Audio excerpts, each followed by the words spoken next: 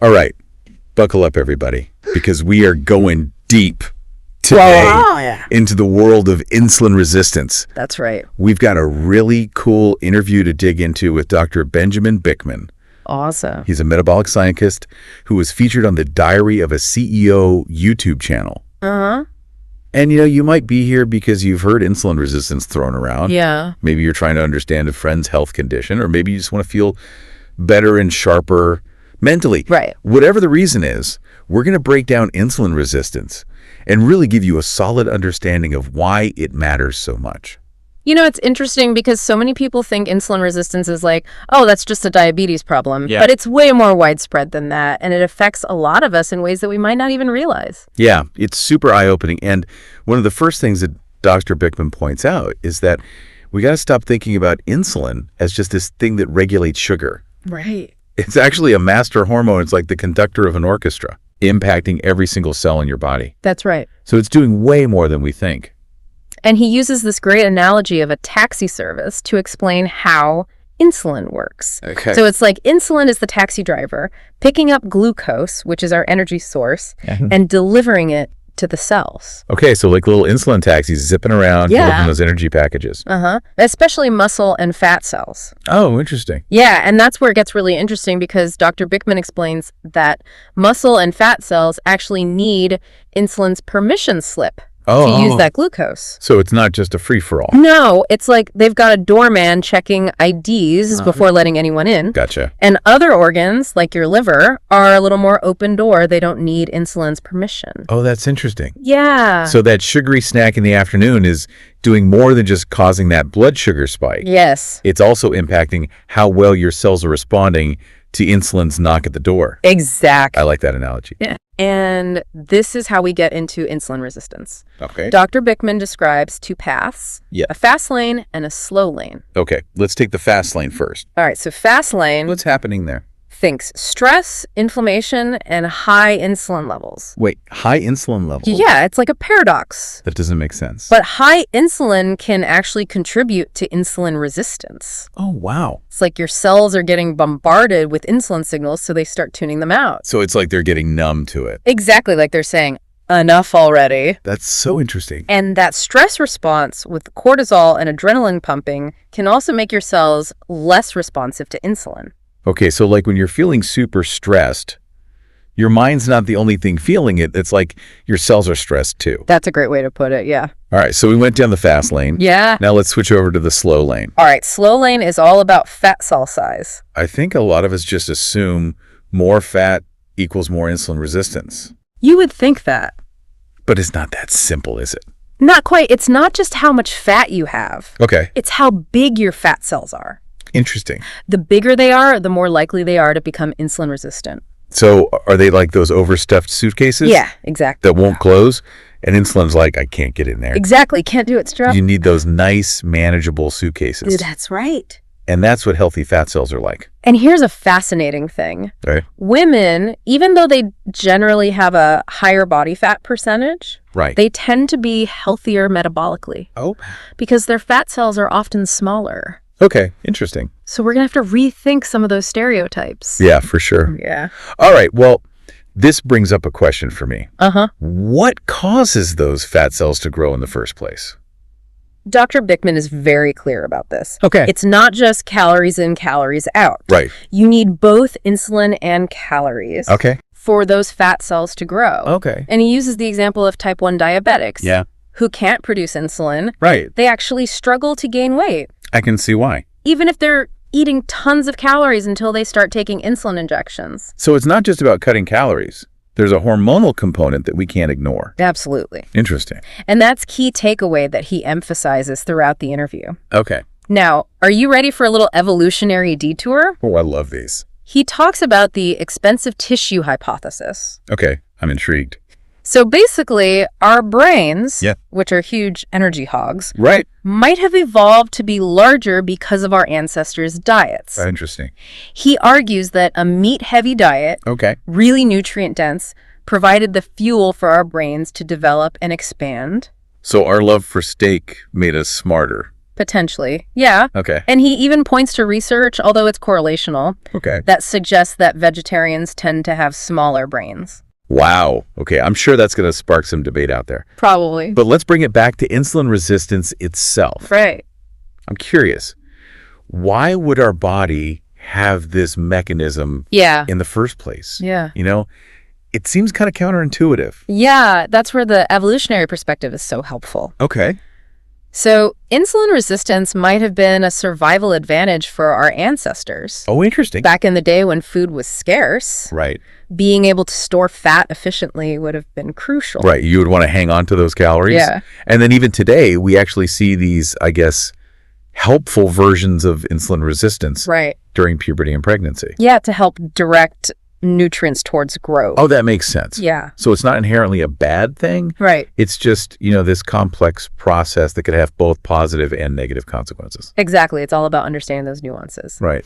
And speaking of organs, let's talk about how insulin resistance affects the brain. Dr. Bickman actually argues that Alzheimer's might be a form of insulin resistance of the brain. Really? Yeah. Wow. So the brain, I know, is a huge energy consumer. It is. How does insulin resistance come into play there?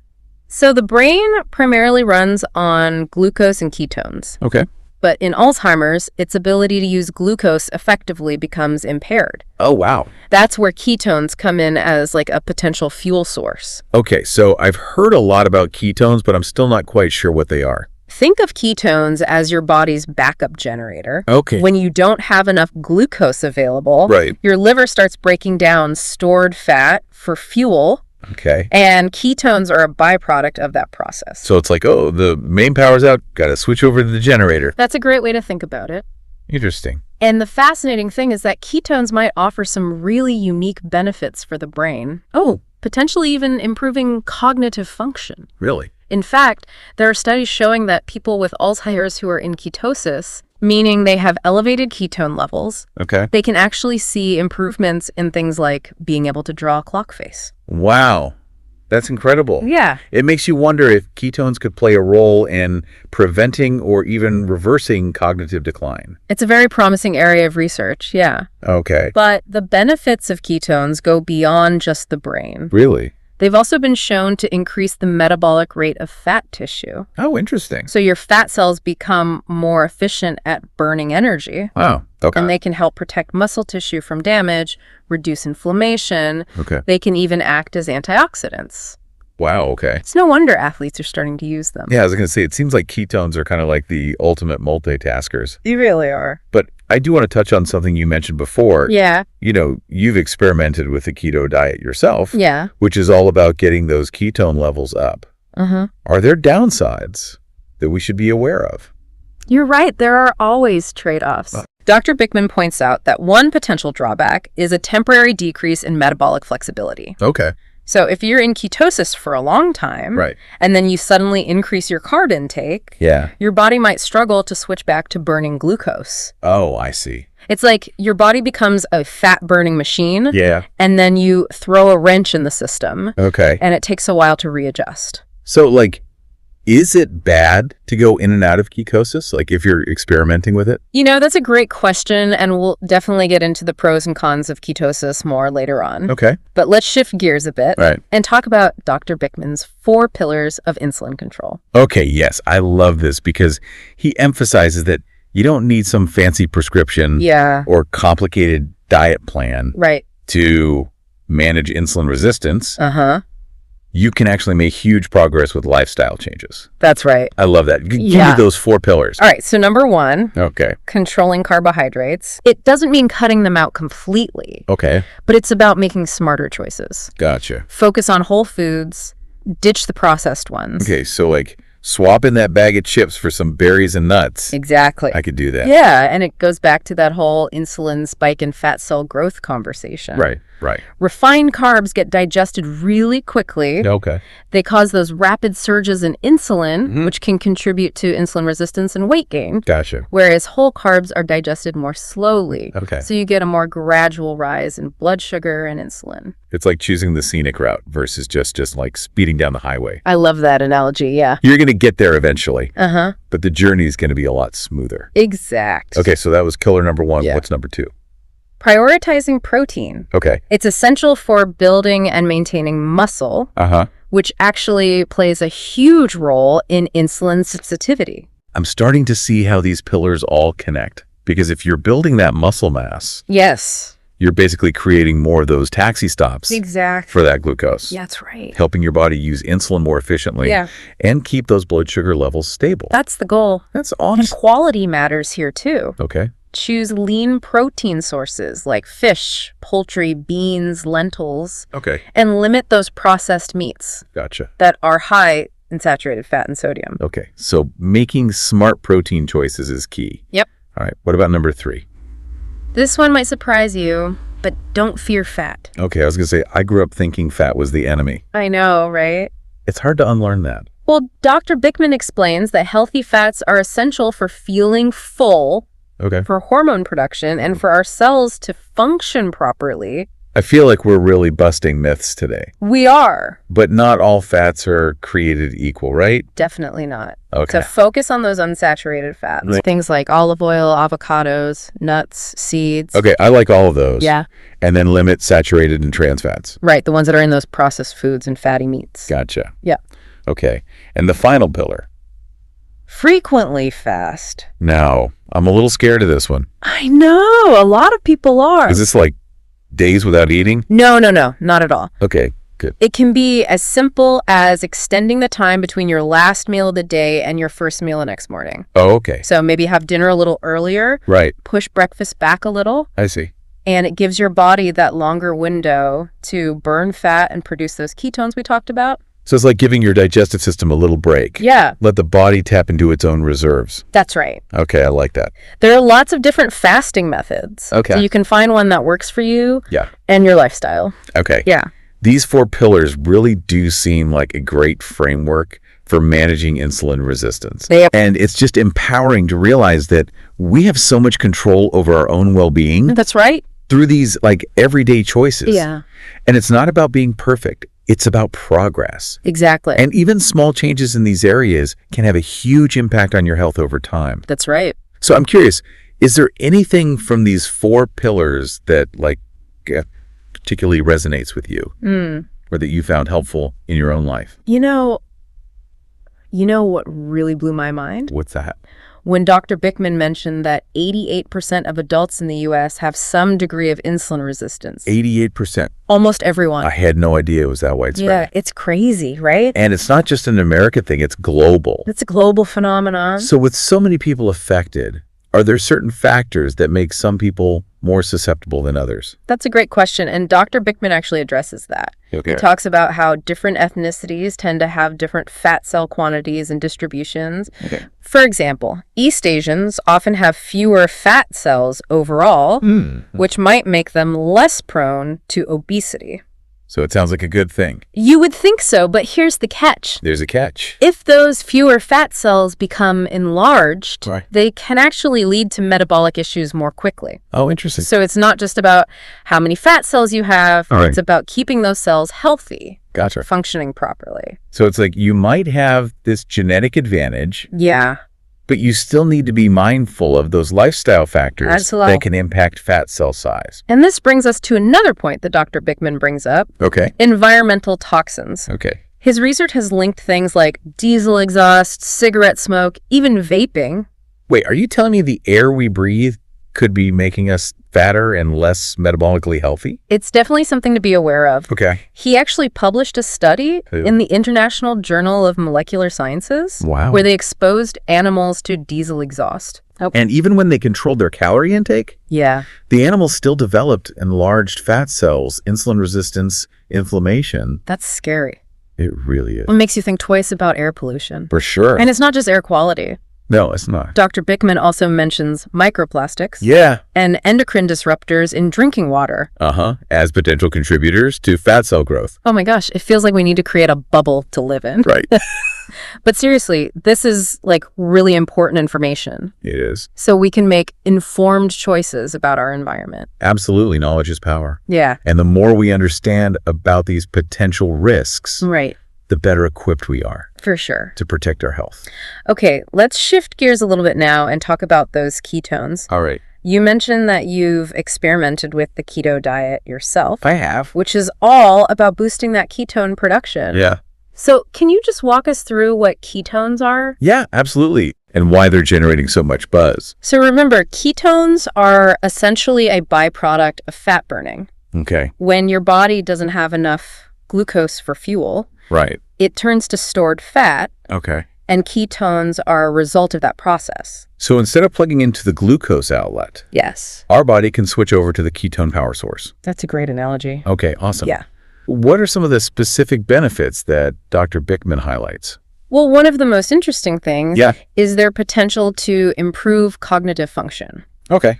There are studies showing that people with Alzheimer's Yeah. who are in a state of ketosis Okay. can actually experience improvements in things like drawing a clock face, Wow. which is a test that's often used to assess cognitive decline. That's incredible. It makes you wonder if ketones could play a role in preventing or even reversing cognitive decline. It's a really promising area of research. For sure. And the benefits go beyond the brain. Really? Yeah, they've been shown to increase the metabolic rate of fat tissue. Oh, wow. So your fat cells actually become more efficient at burning energy. Okay, so maybe that explains why I felt like my metabolism was on fire when I was doing keto. That's possible, yeah. Interesting. And there's even more.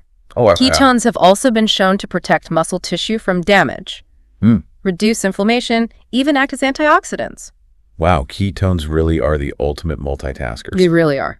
But you mentioned earlier that there are potential downsides. Yeah, you're absolutely right. What are those? Dr. Bickman points out that one potential drawback is a temporary decrease in metabolic flexibility. Okay. So if you're in ketosis for a prolonged period of time, Right. and then you suddenly increase your carb intake, Yeah. your body might struggle to switch back to burning glucose efficiently. So it's like your body gets really good at burning fat, Yeah, and then you throw a wrench in the system. exactly. It takes a while to readjust. It does. And another concern that I've heard, Yeah. especially from people who are like really into plant-based diets, Uh-huh. is the potential impact of a low-carb, high-fat diet on the gut microbiome. Right. You know, they always say you need that diverse microbiome for overall health, Yeah, and limiting plant diversity could have negative consequences. that's the argument. So does Dr. Bickman address that at all? He does. He actually pushes back on that assumption. Oh, interesting. He argues that there's no conclusive evidence to suggest that a ketogenic diet harms the microbiome. Really? He even cites a case study of a man who switched to a purely carnivore diet Wow. and didn't see any significant changes in his gut bacteria diversity. That's a pretty extreme example. Yes. But it makes you wonder if we're like oversimplifying the relationship between diet and the microbiome. It's definitely a complex area that needs more research. Yeah. His point is that even if a ketogenic diet does alter the microbiome, Right. it doesn't necessarily mean those changes are harmful. Interesting. It's possible that the bacteria that thrive on a low-carb diet are actually beneficial, Okay. even if they're less diverse. That's a really good point. It seems like we still have a lot to learn We do. about the gut microbiome and how it interacts with our overall health. For sure.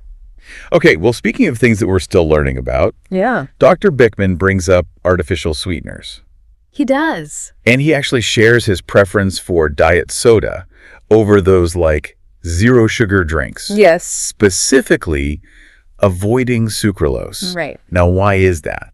So he explains that sucralose has been shown to cross the blood-brain barrier. And while the effects aren't fully understood yet, Yeah. he prefers to err on the side of caution. Okay, that makes sense. Aspartame, on the other hand, Right. which is in traditional diet soda, Okay. gets broken down into amino acids during digestion and doesn't seem to have that same brain-crossing ability. That's really interesting. I hadn't thought about it that way before. It's all about being a critical thinker, Yeah. especially when it comes to these food labels. Right. Can't always take them at face value. And speaking of questioning assumptions, Yeah. Dr. Bickman also talks about salt. He does. And I remember years ago, a doctor told me my salt intake was way too high. But now I'm hearing from other experts that maybe we're not getting enough. It's definitely been a topic of debate. So what's the real story with salt and blood pressure? Well, Dr. Bickman actually debunks the idea that salt is this huge driver of high blood pressure. Really? He explains that while a large amount of salt Yeah. can temporarily increase blood pressure Okay. because of water retention, Right. the long-term effect is minimal. So those salt shakers at restaurants aren't the villains we've made them out to be. Not necessarily. Okay. He points out that numerous studies have shown that reducing salt intake has Yeah. a very little impact on blood pressure for people with hypertension. Wow. And here's the kicker. Okay. Restricting salt can actually worsen insulin resistance, Oh, wow. which is a much bigger contributor to high blood pressure. So we've been focusing on the wrong thing. It seems like it. Insulin resistance is at the root of so many health issues. That's exactly what Dr. Bickman is arguing. He even suggests that the focus on salt might be partly because we have effective blood pressure medications Right? that target salt regulation. Okay. So it's easier to just treat high blood pressure based on salt levels, Yeah. even though the underlying issue might be insulin resistance. Right, which doesn't have like a quick fix. Exactly. That's really interesting. It really highlights the importance of doing your research Yeah. and not blindly accepting everything you hear, Right. especially when it comes to your health. All right, well, I definitely want to circle back Okay. to those 4 pillars of insulin control. Sounds good. We touched on them briefly before, Yeah. but I want to hear more about how they can help us manage insulin resistance and experience those amazing benefits that we've been discussing. Yeah, let's break them down. Okay, so remind me, what was pillar number 1 again? Controlling carbohydrates. It's about making smarter choices, and Dr. Bickman really stresses focusing on whole unprocessed carbs like fruits, vegetables, and whole grains, and minimizing those refined carbs that are in processed foods, sugary drinks, and baked goods. So it's all about quality over quantity when it comes to those carbs, That's it, and it really goes back to our conversation about insulin spikes and fat cell growth. right? Refined carbs get digested so quickly, Yeah. they cause those rapid surges in insulin, Yeah. and that contributes to insulin resistance and weight gain. Okay. But those whole carbs digest more slowly, so you get a much more gradual rise in blood sugar and insulin. It's like choosing the scenic route instead of speeding down the highway. You'll get there eventually, but the journey is a lot smoother. I love that. That's a fantastic way to put it. All right, so that was pillar number 1. Remind me what number 2 was. Prioritizing protein. Okay. This one's crucial for supporting muscle growth and repair, which plays a huge role in that insulin sensitivity. I'm starting to see how these pillars all connect, because if you're building that muscle mass, Yeah. you're basically creating more taxi stops for that glucose to go to, helping your body use the insulin more efficiently and keep those blood sugar levels stable. You got it. And it's not just about quantity here. Quality matters too. Okay. Dr. Bickman recommends choosing lean protein sources like fish, poultry, beans, and lentils, and limiting those processed meats that are higher in saturated fat and sodium. So making smart protein choices works hand in hand with controlling those carbs. Exactly. And that brings us to pillar number 3. Don't fear fat. This might sound kind of counterintuitive, especially with all the low-fat diet trends out there. I know, right? It's been ingrained in us for so long. I grew up thinking fat was the enemy. It's taken me a while to unlearn that. I think a lot of us are in that same boat. So Dr. Bickman, set the record straight for us. Break it down. He explains that healthy fats are actually essential for feeling full, for producing hormones, and for our cells to function properly. Okay, so not all fats are created equal. Definitely not. You want to focus on those unsaturated fats. Okay. Things like olive oil, avocados, nuts, and seeds, and limiting those saturated and trans fats that are found in a lot of processed foods and fatty meats. So it's about choosing fats that nourish our bodies and support our overall health. Exactly. And that brings us to the final pillar, frequently fast. Now, don't worry, this doesn't mean going days without food. No, not at all. Okay, good. What does frequent fasting actually look like? It can be as simple as extending the time between your last meal of the day and your first meal the next morning. Okay. So maybe you have dinner a little bit earlier and push breakfast back a little. This gives your body a longer window to burn fat and produce those ketones we talked about. So it's like giving your digestive system a break Yeah. and letting your body tap into its own energy reserves. Exactly. And there's a variety of fasting methods out there, like intermittent fasting and time-restricted feeding, so you can really find what works best for you and your lifestyle. That's really good to know. These 4 pillars, they really seem to provide such a comprehensive framework for managing insulin resistance and just improving metabolic health overall. They do. And it's so empowering to know that we have so much control over our own well-being Absolutely. through these simple everyday choices. Yeah. It's not about being perfect, it's about progress. Exactly. And even small changes in these areas can have a huge impact over time. 100%. Okay, so I have one more question for you about the 4 pillars. We talk a lot about food. Yeah. What about exercise? Where does that fit in? That's a great question. And Dr. Bickman emphasizes that exercise, especially strength training, can be a powerful tool for improving insulin sensitivity. Okay. Like building more of those glucose taxi stops we talked about, you're increasing the demand for fuel in your muscles, making them more eager to soak up that glucose. So it's not just about burning calories, it's about making your cells more receptive to insulin. That's right, and you don't have to become a bodybuilder to reap the benefits. Even moderate strength training a couple of times a week can make a big difference. That's good to hear because I'm not exactly a gym rat myself, but I can definitely commit to some strength training. And remember, any movement is better than none. Right. Walking, dancing, gardening, even just taking the stairs instead of the elevator can all contribute to better metabolic health. Okay, so it's about finding ways to move our bodies that we enjoy and can stick with consistently. Exactly. Now, before we wrap up, I want to touch on one more point that Dr. Bickman makes that really resonated with me. Oh, what's up? He talks about those new GLP-1 drugs for weight loss that have been all over the news lately. Oh, yeah, I've been seeing those ads everywhere. He acknowledges they can be helpful for weight loss and diabetes management, but he also raises some concerns about the long-term effects. Oh, okay, so they're not like a miracle solution. Not quite. One thing he points out is that a lot of people stop taking these drugs after a couple of years, maybe because of side effects or the cost.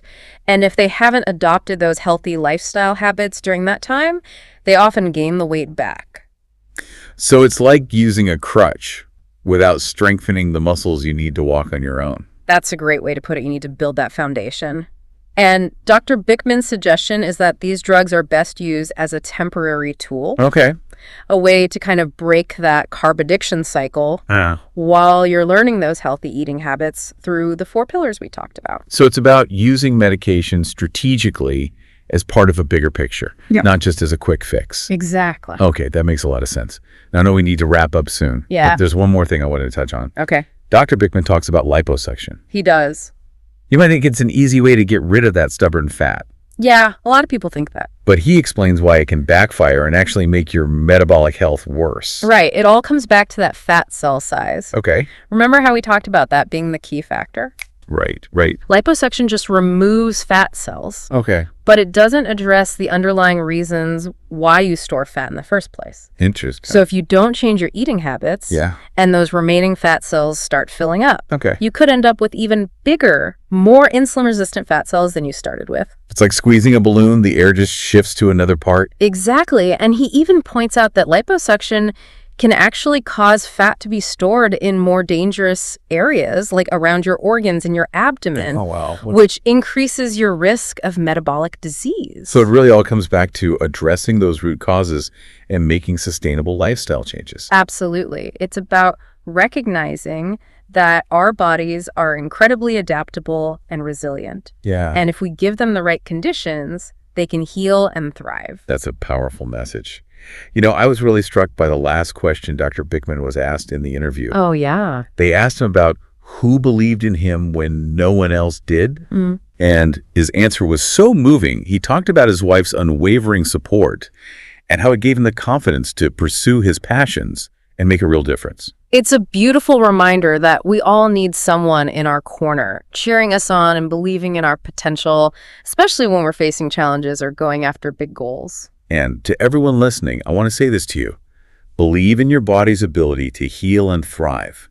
Seek out knowledge, find support, and make choices that empower you to live your best life. And never underestimate the power of believing in yourself and those around you. That's a perfect note to end on. Thank you so much for joining us for this deep dive into the world of insulin resistance. Yes, thank you. We hope you've gained some valuable insights and a renewed sense of empowerment to really take control of your metabolic health. Until next time, stay curious, keep learning, and keep diving deep.